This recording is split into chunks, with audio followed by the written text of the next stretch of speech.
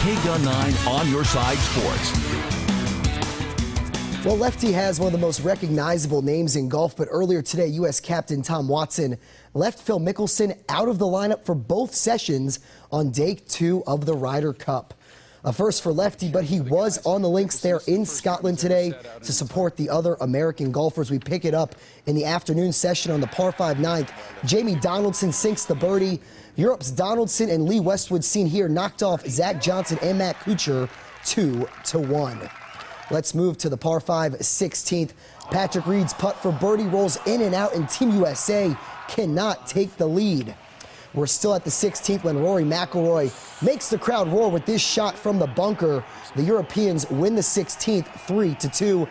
Then the 18th, the final hole of the day. Europe's Justin Rose taps in the birdie as the home team takes a commanding 10-6 lead after day 2.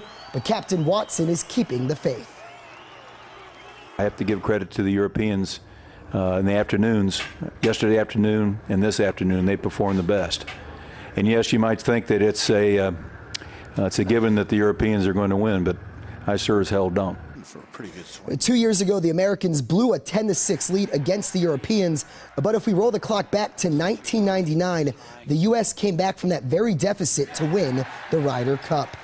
From across the pond to the upper northwest, Washington hosting Kevin Hogan and Stanford. Second quarter now, Stanford up 3-0. Looking for more. Hogan to Ty Montgomery, who appears stopped in his tracks, but somehow he muscles his way into the end zone. That makes it 10-0 Stanford. Now it's 13-3 in the second. The Huskies stop Stanford on third and short. They also strip the ball free, so Shaq Thompson returns the fumble 34 yards to the house to bring the home team within 3. Let's fast forward to the 4th, tied at 13. Hogan rolling out of the pocket. Wants to get to the corner and does. Touchdown. And gotta love Gus Johnson on the call. Stanford holds on to win 20-13. You saw Jameis Winston back from his 1-game suspension right here this afternoon on KGUN-9.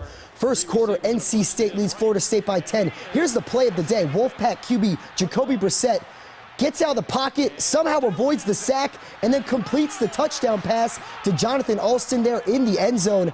It's a 10-point game in the second when Jameis Winston drops back, and he's going to air it out, looking for Christian Green. And check out the fancy footwork as he gets into the end zone there. The Noles trailed until late in the third. Winston out of the gun. Take the handoff, throws, and it is caught by Rashad Green. Winston throws 4 touchdown passes as the top-ranked team in the land extends its win streak to 20 games.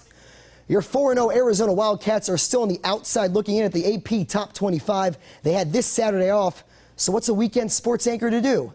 Director, roll the tape. Looking downfield, has time to set up, throws it long, has a man, it's up and down. Okay, Val, well, it's not technically tape anymore like when you first got into the business, but I know you can't get enough of that play. The last-second Hail Mary from Anu Solomon to Austin Hill to beat Cal. And this week at practice, we caught up with the redshirt freshman QB as he prepares for his first Pac-12 road start against second-ranked Oregon. Going in here, practicing for Oregon, it's just kind of antsy, but like a little jitters, but, I'm more anxious than nervous. Obviously, Oregon is a national powerhouse. They're a well-disciplined team, and we just got to take advantage of everything that they do wrong. On Thursday, we've got ourselves a battle of unbeaten cats and ducks.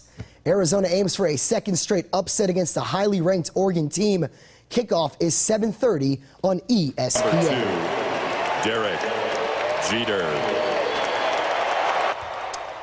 And finally, a standing ovation from the Fenway faithful for their longtime foe, Derek Jeter. Could this chopper up the middle for an infield single be the final time Jeter reaches base in his 20-year career?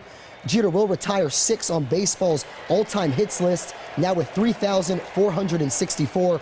Manager Joe Girardi pulled Jeter for a pinch hitter in the 5th with the Yanks trailing 9-0 to the Sox. But after the game, the captain did say he plans to DH again tomorrow in the season finale, and a finale to a phenomenal 20-year career, really an icon in my generation growing up playing baseball. Even as a Red Sox fan, much respect to Jeter and all he did, all those world championships and everything. Yeah, he's leaving